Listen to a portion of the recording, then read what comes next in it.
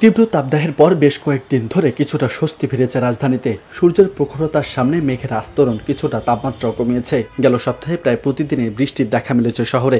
তবে হঠাৎ এমন বৃষ্টি জলাবদ্ধতা সৃষ্টি করেছে রাজধানীর বেশ কিছু এলাকায়। এতে বৃষ্টির প্রত্যাশা করা নগরবাসী পড়েছে বিপাকে। শনিবার 11 মে ভোর 6টা থেকে 7:40 পর্যন্ত বৃষ্টি হয়েছে রাজধানীতে।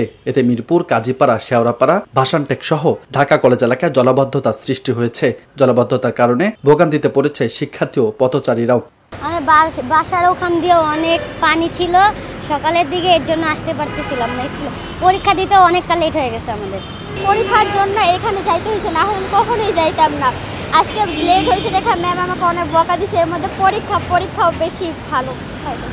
এই সমস্যাটা দীর্ঘদিন যাবত হচ্ছে আমাদের। বৃষ্টি হলে হাঁটুর সমান পানি হয়ে যায়। এই সময় এগুলো থেকে আমরা মুক্তি চাচ্ছি। এগুলো আমাদের খুবই প্রয়োজন যে এই সমস্যা থেকে আমাদেরকে উদ্ধার করা। এই এলাকাটাও অত্যন্ত পানি জমলেই এখানে পানি বেঁধে যায় এবং এই বছর বছর এরকম সমস্যা, পানিটা নিষ্কাশন হচ্ছে না। পানিটা খুব জরুরি, রাস্তার পানি নিষ্কাশন করা। এদিকে ভারী বৃষ্টিতে মিরপুর এলাকার বেশ কিছু দোকানে উঠেছে পানি। এতে লাখ লাখ টাকা ক্ষতির সম্মুখীন হয়েছে ব্যবসায়ীরা।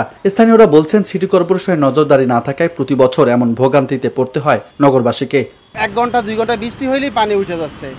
এখন এই সোয়ারেজ লাইনগুলো যদি গভর্নমেন্ট থেকে সিটি কর্পোরেশনের বা যারাই হোক এখানে সোয়ারেজ লাইনগুলো ঠিক থাকতো, তাহলে আমার মনে হয় আমরা পাইটানি উঠতো না। আমাদের এই যে কাপড়ের ব্যবসা সব পড়ে গেছে। আমার এখানে অনেক কিছু ক্ষতিগ্রস্ত হয়েছে, এগুলো আমরা ফালাই দিতে হবে। ভাই এখন আর কি বলার, দেখেন প্রতিটা মালামাল যেভাবে নষ্ট হয়েছে। আর সিটি কর্পোরেশন যদি ভালোভাবে যদি একটা পদক্ষেপ যদি না নেয়, তাহলে তো এটা প্রতিবারই হয়। সামান্য বৃষ্টি হইলেই শুধু ভরে যায়, সব কিছু বেনালগুলো ভরে যায়। যাতায়াতের সমস্যা, চলাফেরার সমস্যা, মালামাল প্রতিবারই নষ্ট হয়, ক্ষয়ক্ষতি হয়। এখন সরকার যদি সিটি কর্পোরেশনের উপর একটু যদি চাপ দেয়, সুন্দর মতো চাপ প্রয়োগ করে, তাহলে কিন্তু তারা ভালো মতো করে কাজগুলো করে। তবে সিটি কর্পোরেশনের দাবি, নিয়মিত পরিষ্কার করা হয় ড্রেন। ময়লা আবর্জনা নিয়ম মাফিক না ফেলায় এমন পরিস্থিতি। সমস্যা সমাধানে দ্রুত ব্যবস্থা গ্রহণ করা হবে। রাজু আহমেদ, বার্তা 24।